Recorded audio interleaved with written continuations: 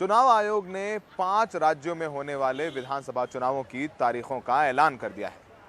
पश्चिम बंगाल, जो कि इस समय बीजेपी और तृणमूल कांग्रेस के बीच सियासी अखाड़ा बना हुआ है, वहां पर 8 चरणों में मतदान होने हैं। बीजेपी ने चुनावों की तारीखों के बाद चुनाव आयोग की जो 8 चरणों में चुनाव करने वाली बात है उसका स्वागत किया है, तो वहीं ममता बनर्जी ने शक जताया है कि चुनाव की तारीखें सत्ता में बैठी बीजेपी द्वारा तय कराई गई हैं। हमारी सहयोगी मोनी दीपा की ये रिपोर्ट। फोटो खिंचवाने का वक्त पूरा हो गया है।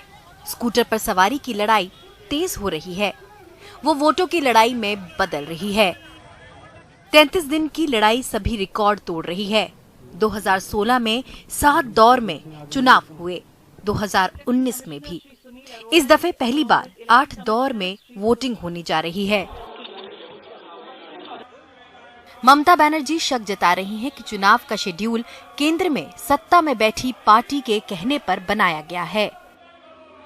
मुझे बीजेपी के सूत्रों से पता लगा है कि उनके सुझाव और चुनाव की तारीखें एक जैसी हैं। किसको फायदा हो रहा है? चुनाव आयोग से मेरा सवाल है कि आधे जिले में एक दिन में चुनाव क्यों? क्योंकि हम दक्षिण 24 परगना में मजबूत हैं, वो वहाँ 3 फेज में चुनाव करवा रहे हैं। क्या ये अमित शाह और नरेंद्र मोदी के कहने पर किया जा रहा है? यहाँ उनको 23 दिन क्यों दिए? ये एक खेल है और मैं इसमें आपको हरा दूंगी। हम जमीन से जुड़े लोग हैं। मुख्य चुनाव आयुक्त सुनील अरोड़ा ने प्रेस कॉन्फ्रेंस में सारी जानकारी दी। Current kind of charges and counter charges को एक तो लगा ही रहा, चार्जेस तो सभी एक दूसरे पर लगा रहे हैं, तो we have to find a kind of mean way out. BJP ने तारीखों का स्वागत किया है। इलेक्शन कमीशन ने 8 चरणों में बंगाल का चुनाव की घोषणा कर दी है और सभी राजनीतिक दलों की मांग थी कि इसका स्पैन बढ़ाया जाए, क्योंकि सेंट्रल फोर्स के डिप्लॉयमेंट में थोड़ा समय चाहिए। केंद्रीय बलों की 12 कंपनियां पहले से ही काम पर हैं। कुल 125 कंपनियां भेजने की बात अब तक हो चुकी है।